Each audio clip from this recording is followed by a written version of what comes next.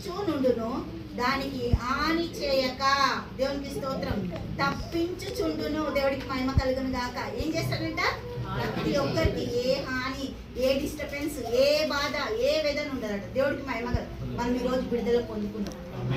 క్రీస్తులో every time విడుదల, ప్రతి నిమిషము విడుదల. మనకు విడుదల లేదు అనడానికి లేదు.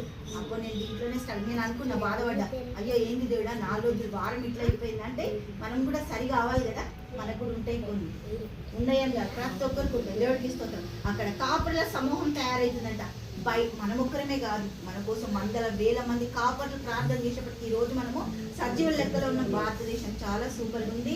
ఏ అపాయం రాకుండా దేవుడు మనకి ఆయన పక్షిని తప్పించినట్టు మనం తప్పిస్తాం. మన చుట్టూ సరెండర్ చేసిందట. దేవుడికి మహిమ కలుగును గాక. చెప్పండి, నేను విడుదల పొందుకున్నాను. క్రీస్తులో విడుదల, నా శ్రమలో విడుదల, నా బాధలో విడుదల, నాకున్న ప్రతి వేదనలో విడుదల, నా అనారోగ్యంలో విడుదల, నా బంధకాలలో విడుదల. నేను అన్నిట్లో నిలబడ్డా. దేవుడు అన్నిట్లో విడిపించింది. దేవుడు విడిపించిన దానికి కృతజ్ఞతలు చెల్లిస్తాను. దేవానికి స్తోత్రం.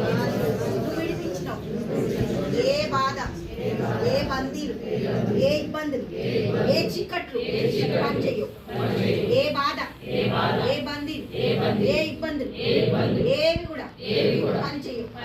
ఏ బాధ, ఏ ఇబ్బంది, ఏ వేదన, ఏ కన్నీళ్లు, ఏ ఒక్క దుష్టుడ అధికారం, చీకట్లు, దురాత్మలు, చీకటి కలలు, నిద్రలేని తనం, యాక్సిడెంట్ దురాత్మ, బాధిస్తున్న దురాత్మ, పాపపు దురాత్మ, చీకటి దురాత్మ విడుదల పొందుతున్నాను. Thank you Jesus.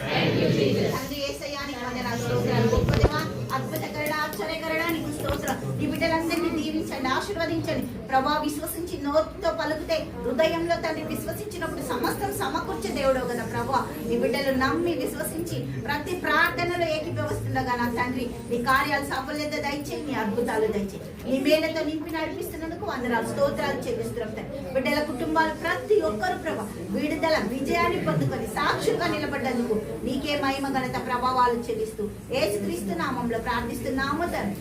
Amen, amen.